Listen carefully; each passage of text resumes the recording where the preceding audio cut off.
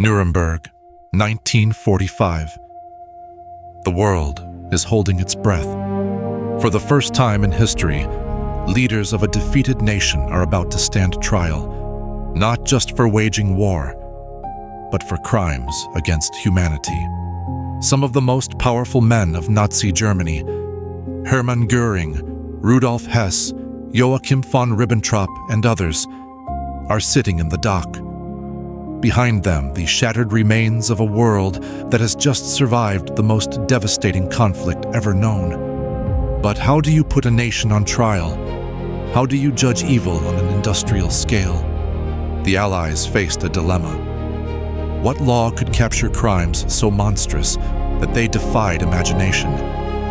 They created charges the world had never seen: crimes against peace, war crimes, and crimes against humanity. For many, this legal innovation would set the standard for justice in a new world order. The courtroom is cold. The evidence is colder. Prosecutors project films of concentration camps, show mountains of shoes and hair, record testimonies of survivors. The atrocities committed weren't just orders. They were systematic, planned, and ruthless. Göring, the highest-ranking Nazi on trial, is defiant. When asked about the final solution, he denies responsibility, blames Hitler, blames the war. Some laugh, some shake with rage, but no one averts their eyes. Tears are shed as the testimonies go on. The slaughter at Babi Yar, the horror of Auschwitz, the ravaged cities of Europe. The judges, American, British, Soviet, and French, listen. They argue. They try not to let emotion cloud their verdicts. But the world is watching. There's a sense that human history is shifting. Never before have leaders been forced to answer not just to their victors, but to all mankind. What emerges is a portrait of evil, both banal and nightmarish. Bureaucrats who signed orders for genocide, generals who argued logistics for mass murder, ideologues who built a machinery of murder, brick by brick. One detail shocks the world. At Auschwitz alone, over 1 million people were murdered, most of them Jews.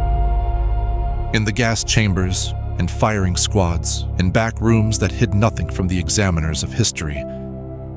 Each defendant tries to claim innocence, obedience, ignorance. It's just orders, they say. It's just war. But the evidence is overwhelming. Signed documents, photographs, desperate letters from prisoners begging the world to intervene. Day after day, the prosecutors return to a single phrase: never again. They want to prove that evil, even in the highest offices of state, has consequences. One day, a British prosecutor reads from a captured Nazi report detailing the extermination of Jews in Poland. Numbers, methods, bodies. The silence is so deep that witnesses later recall hearing nothing but the scratch of a pencil on a notepad. The Nuremberg Trials last almost a year. 24 men are indicted. 12 are sentenced to death. 7 receive prison terms. 3 are acquitted.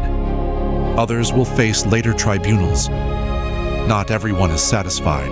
Not everyone is punished, but the message is clear. From now on, just following orders is not an excuse. The world has a new legal language for evil: genocide, crimes against humanity, war crimes. These words will echo in international courts for decades. There are secrets, too. Some evidence is never shown in court. Some criminals flee justice, vanishing into new lives with false identities. Others are captured and face trial years or decades later. The quest for accountability never fully ends. The location matters. Nuremberg was once the host to Nazi rallies. Now it's a stage for justice. The symbolism is intentional. The Third Reich's heart becomes the world's courtroom. The legacy grows. Today, the International Criminal Court and tribunals from Rwanda to The Hague owe their existence to what began at Nuremberg. The Nuremberg principles are quoted by lawyers, debated in parliaments, taught to every child who learns about human rights. But Nuremberg is not just about the past. It's a warning for the future.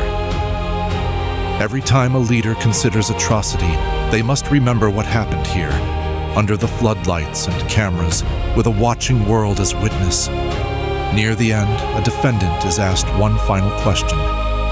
If you could speak to the victims, what would you say? The courtroom waits. The answer comes slowly, barely audible. I did not see them as people. That silence, chilling, unforgivable, echoes through history. Nuremberg is complicated. Not all sentences fit the scale of the crime. Justice, even at its best, is imperfect. But the world crossed a line here, deciding that even the most untouchable leaders could be held accountable for their actions. The legacy of Nuremberg is not only the punishments, but the hope that in the face of chaos, law can stand firm. That truth can be spoken, even when it hurts. That even in the ruins, humanity can try to rebuild itself, one verdict at a time. So next time you hear about war crimes on the news, remember where the idea of international justice began, amid the cold stone of a Nuremberg courtroom, with a world determined to say once and for all, there must be a reckoning. Justice after atrocity is never perfect, but the Nuremberg Trials proved it is possible. Some of history's darkest days led to one of its most important lessons, and the world is still listening.